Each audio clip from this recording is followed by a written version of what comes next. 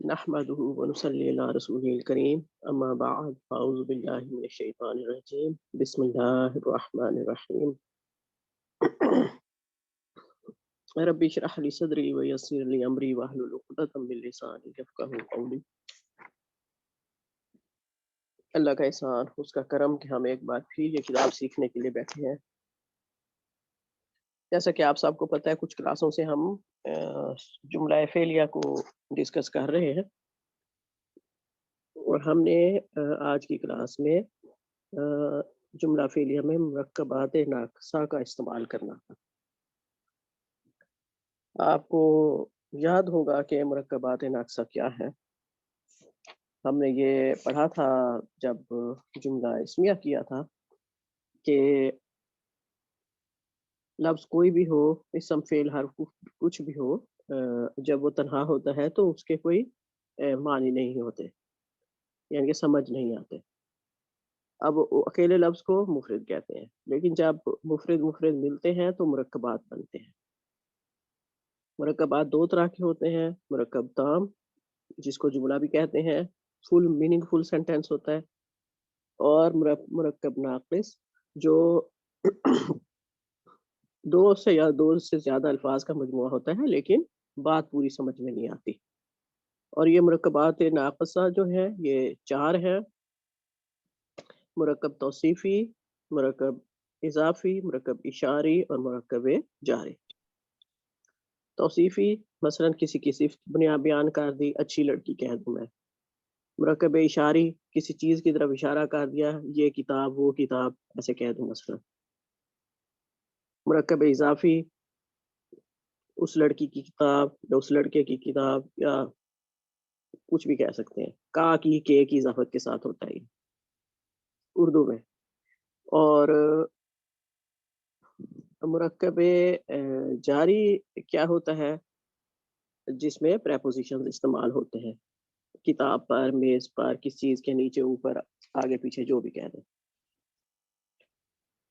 اب ان چاروں مرکبات کو ہم نے انشاءاللہ آج جملہ فعلیہ میں استعمال کرنا ہے، لیکن اس سے پہلے ایک تھوڑی سی چیز ضروری ہے کرنی، جس کو وائٹ بورڈ کا میں بورڈ پہ لکھتی ہوں تاکہ آسانی سے آپ کو سمجھ میں آ جائے.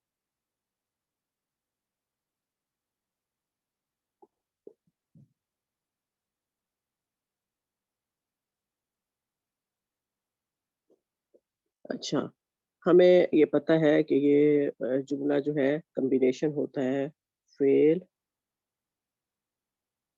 پلس فاعل پلس مفعول، اور مفعول کا آپ کو پتہ ہے کہ وہ متعدی افعال کے ساتھ ہوتا ہے. اب ہم جب بھی قرآن شریف پڑھیں گے، ہمیں جو کمبینیشن نظر آئے گا فاعل اور مفعول کا، وہ چار طرح کا ہوگا. پہلا کیا ہوگا؟ نمبرز کے ساتھ لکھ دیتی ہوں. فعل تو مسٹ ہوگا ہی ہوگا، سب سے پہلے فعل سے ہی شروع ہوگا، کیونکہ اگر فاعل یا مفعول سے شروع ہوگا تو وہ جملہ اسمیہ بن جائے گا، کیونکہ فاعل اور مفعول دونوں اسم ہوتے ہیں. فعل ہوگا. فاعل جو ہے وہ اسم ظاہر ہو سکتا ہے، اور مفعول بھی اسم ظاہر ہو سکتا ہے. ٹھیک ہے، دونوں یعنی کہ ظاہر اسم ہے جو جملے میں استعمال ہوئے. دوسرا کمبینیشن ہوگا کہ دونوں ضمیر ہو سکتے ہیں، یعنی کہ اس کی ترتیب ضروری نہیں ہے، یہ میں آسانی کے لیے ایسے کر رہی ہوں. ظاہر ظاہر، ضمیر ضمیر. ٹھیک ہے. تیسرا کمبینیشن ہوگا، یعنی کہ ایک ظاہر ہو گیا، ایک ضمیر ہو گیا، ایسے ہو جائے گا. مثلا فاعل ضمیر ہو سکتا ہے اور مفعول ظاہر ہو سکتا ہے، یعنی کہ سینٹینس میں. اسی طرح چوتھا کمبینیشن ہوگا، فاعل تو ظاہر ہو گیا لیکن مفعول ضمیر تھا، مفعول ضمیر ہو گیا. ٹھیک ہے. اب دونوں اسم اگر ظاہر ہوں، فاعل بھی اور مفعول بھی، تو سینٹینس کو دیکھ کے فوراً سمجھنا بالکل بھی ہلکی سی بھی مشکل بات نہیں ہوتی، کیونکہ اس کی حالت اعرابی حالت ہمیں بتا دیتی ہے کون سا فاعل ہے کون سا مفعول ہے، اور دوسرا یہ بھی ہمیں پتہ ہے کہ پہلے فاعل آئے گا پھر مفعول آئے گا۔ اب مثلا جیسے ہم شروع سے بیچارے زاہد اور حامد کوئی پکڑے ہوئے ہیں، مثلا میں سینٹینس بناتی ہوں، یا آپ میں سے کوئی بتائے جو دونوں چیزیں ظاہر ہوں، فاعل بھی اور مفعول بھی۔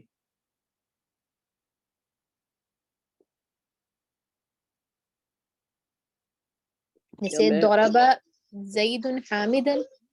اوکے ٹھیک ہے، ضرب زید حامدا بالکل ٹھیک، یا ناصر زید حامدا وہ بھی ٹھیک۔ چلے میں لکھتی ہوں ضرب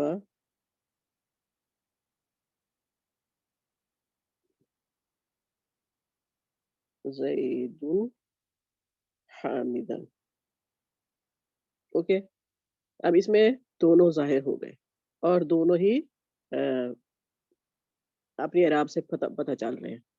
دوسرا کمبینیشن ہے دونوں ضمیر ہوں۔ اب اسی سینٹینس کو ہی ہم ضمیر میں بنا لیتے ہیں، مثلا کیا ہوگا بتائے کوئی، بہت آسان ہو جائے گا۔